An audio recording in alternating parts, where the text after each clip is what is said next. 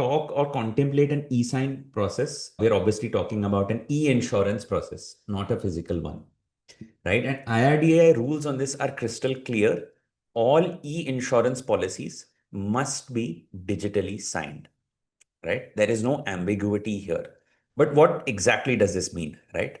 So under the Indian IT Act, when any law or regulation uses the word sign or the words digitally sign, there's a very specific meaning under the IT Act, under Section 5 of the IT Act, right? So what does Section 5 say? Section 5 of the IT Act basically says that when a document requires a signature, right, or the word sign or digitally sign are used, only electronic signatures as prescribed under the IT Act can be used. You can't just use any mode of electronic authentication and say that's electronic, so it must be e-sign. So what this means is e-insurance policies must be signed. If you're doing it digitally, it's an e-insurance policy. They must be signed by any of the following listed on screen.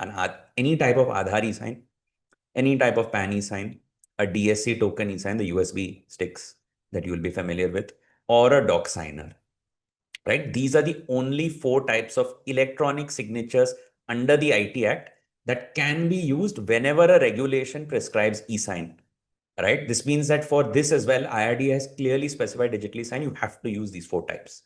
This also means you cannot use a visual crop of a physical signature or just a simple OTP-based authentication. Both of these are electronic modes of authentication, but they are not electronic signatures under the IT Act, right? Just because they're electronic does not mean they're actually valid for this purpose.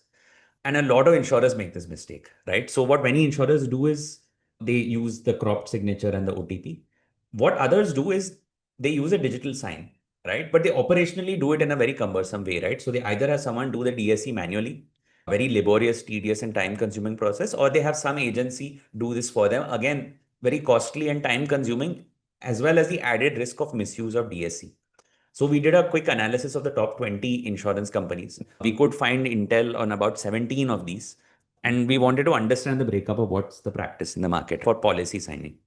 So what we found is that 5 of them were non-compliant on the face of it, right? When you get the policy, you get either a cropped signature image or an OTP-based sign, not an IT Act e-sign, right? 12 of them are compliant, but choose an inefficient way of doing it. They do DSC on their own, or they outsource it, right? Or some of them, 8 of them, are using a doc signer, which is automated, but that doc signer itself has some vulnerabilities without a proper secured audit trail, right? So net, there's a lot of variance in the market, and most of this variance doesn't result in a smooth process. Some of this variance does not even result in a